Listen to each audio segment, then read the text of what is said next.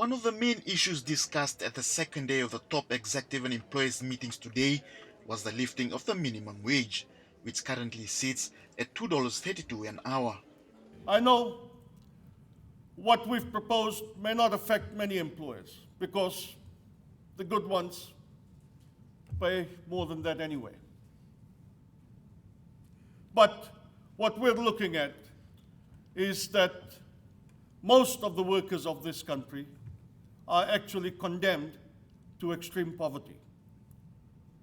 And I don't believe that $2.32 as a minimum wage does anything to eradicate poverty, but in fact, quite the opposite.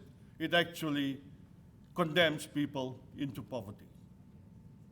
And we need to have a serious look at that if we're committed to creating decent work. The minimum wage, when introduced a few years ago, it started off at $2 and then moved up to the current $2.32, which is now under review.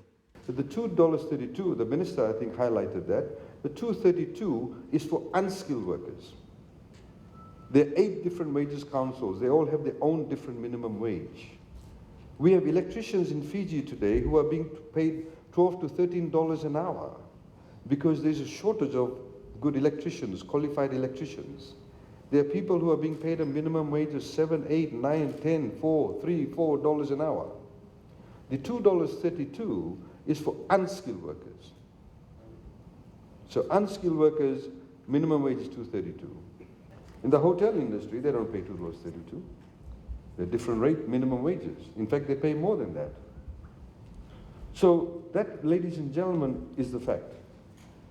The government, in its role as a mediator between employers and employees, is strongly committed to the core convention of the ILO and is emphasizing on social justice and goodwill.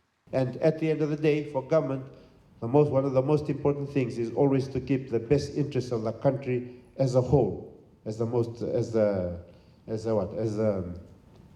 most important thing that we look at. We will look at the needs of workers, we will look at the needs of the employers, try to make sure that we can meet their aspirations and their demands, but at the same time, government always has a role to play to try to make sure that the long-term sustainability of the country.